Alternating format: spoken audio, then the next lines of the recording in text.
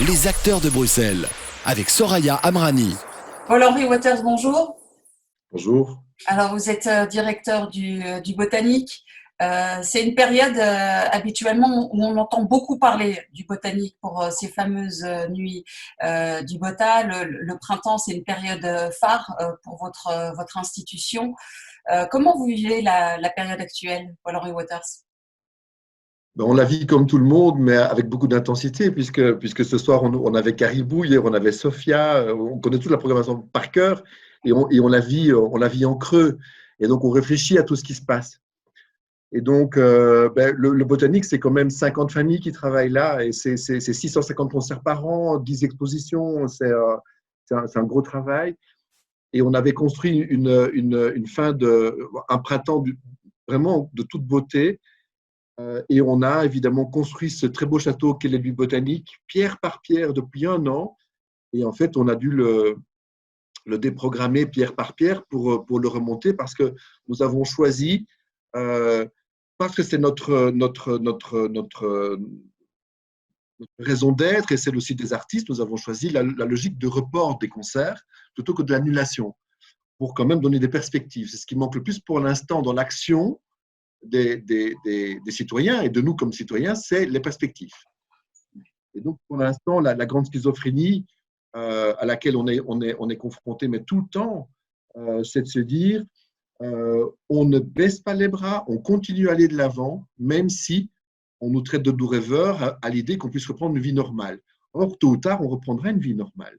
Et il faudra qu'effectivement, selon les zones dans lesquelles on travaille et on opère, on soit capable de préciser des délais, d'avoir le courage de dire on sait que c'est difficile, mais on va quand même proposer des choses. Et c'est ce qu'on est en train de faire pour l'instant. On a un petit comité de réflexion de directeurs et programmateurs de lieux d'émergence pour des concerts live. Je rappelle quand même que le concert live, c'est peut-être dans toutes les zones qu'on est en train de réouvrir dans le déconfinement, c'est la zone qui correspond le plus à la vie sociale intense et partagée. Au-delà même de l'ORECA, mettre des gens dans une même salle, avec un contact physique, avec une émotion partagée, c'est quand même ce qui est le plus… Et donc, on voudrait effectivement ouvrir des perspectives par rapport à ça. Juste un mot quand même, parce que c'est vrai que le travail de programmateur, c'est un travail de prévision, d'anticipation.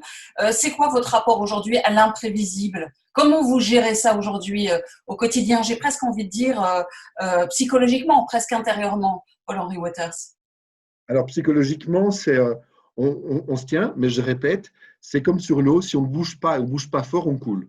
Et si on s'arrête sur le bord du chemin, on pleure. Et donc, comme on n'a pas envie de pleurer spécialement, on avance. Mais ceci dit, c'est un peu comme une portée musicale, vous voyez, les 5 lignes. Sauf que les 5 lignes, elles vont à des vitesses différentes. On a la première ligne qui est sanitaire. L'épidémie, la pandémie évolue. Un jour, les courbes vont dans le mauvais sens, le lendemain, elles vont dans le bon sens. Il y a une courbe politique, la politique qui essaye de prendre des initiatives et de pouvoir régenter la vie sociale par rapport en regard de cette épidémie. Il y a notre ligne à nous en tant qu'opérateurs. Quelle est notre mission, notre raison d'être? Il y a la ligne qui est celle du public. Est-ce que le public va retrouver le goût de venir à des événements pour lesquels peut-être on mettra plein de conditions?